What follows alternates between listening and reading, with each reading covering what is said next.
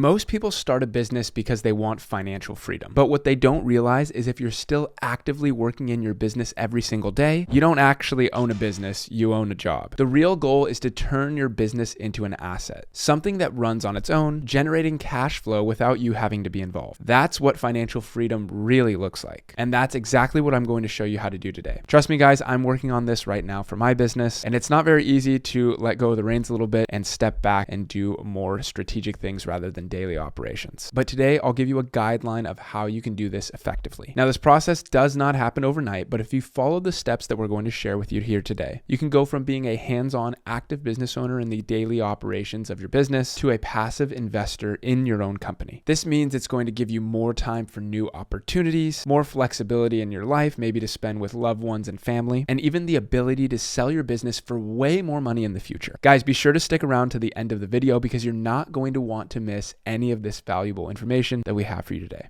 All right, now let's dive right in. The first thing we need to talk about today is the difference between an active LLC and a passive LLC. So if you're involved in the daily operations of your business, like handling sales, marketing, customer service, product development, hiring, payroll, and any of the other things that keep your business running, then you have an active business. This is how most businesses start, and that's perfectly fine. When you're just getting things off the ground, you have to be super involved in your business in order for it to thrive. You're probably wearing multiple hats, trying to figure a bunch of things out on your own and to make things happen all by yourself. But at some point, if you want to create real freedom, you need to transition from an active business to a passive one. A passive business is one where you don't have to be involved in the day-to-day operations. The company runs smoothly whether you're there or not. There are systems, processes, and people that keep everything moving forward without you needing to check in on every single thing. Most entrepreneurs don't even make it to this stage because they don't know how to do the transition well, or they're afraid of letting go of control, which is what I've actually suffered with for a long time and still do to some extent. But if you want long-term wealth and financial independence, working to make your business passive is the way to go. The first step to making this transition is to getting 2 steps ahead. Most business owners grow their business by hiring people to take things off their plate one by one. When they start making money, the first thing they do is hire someone to handle that specific task that they no longer want to do. Maybe they hire an assistant to handle emails, a salesperson to close deals, or a manager to oversee projects. Now that's great and all, but it only gets them 1 step ahead. The problem is that they're still involved in the business. They're still making decisions and they're still solving problems. If you want to make a business passive, you need to get 2 steps ahead. This means hiring someone to do something that you're doing right now, but also hiring someone to be doing what you're going to be doing next. So for example, let's say you're currently running operations and handling customer relations. If you're thinking 1 step ahead, then you're going to hire an operation manager to take over your role. But if you're thinking 2 steps ahead, you're also going to hire a director or COO who oversee operations at an even higher level. Now you've not only just removed yourself from your current role, but also from the next step that you would naturally have taken. And that's how you create a business that can run without you.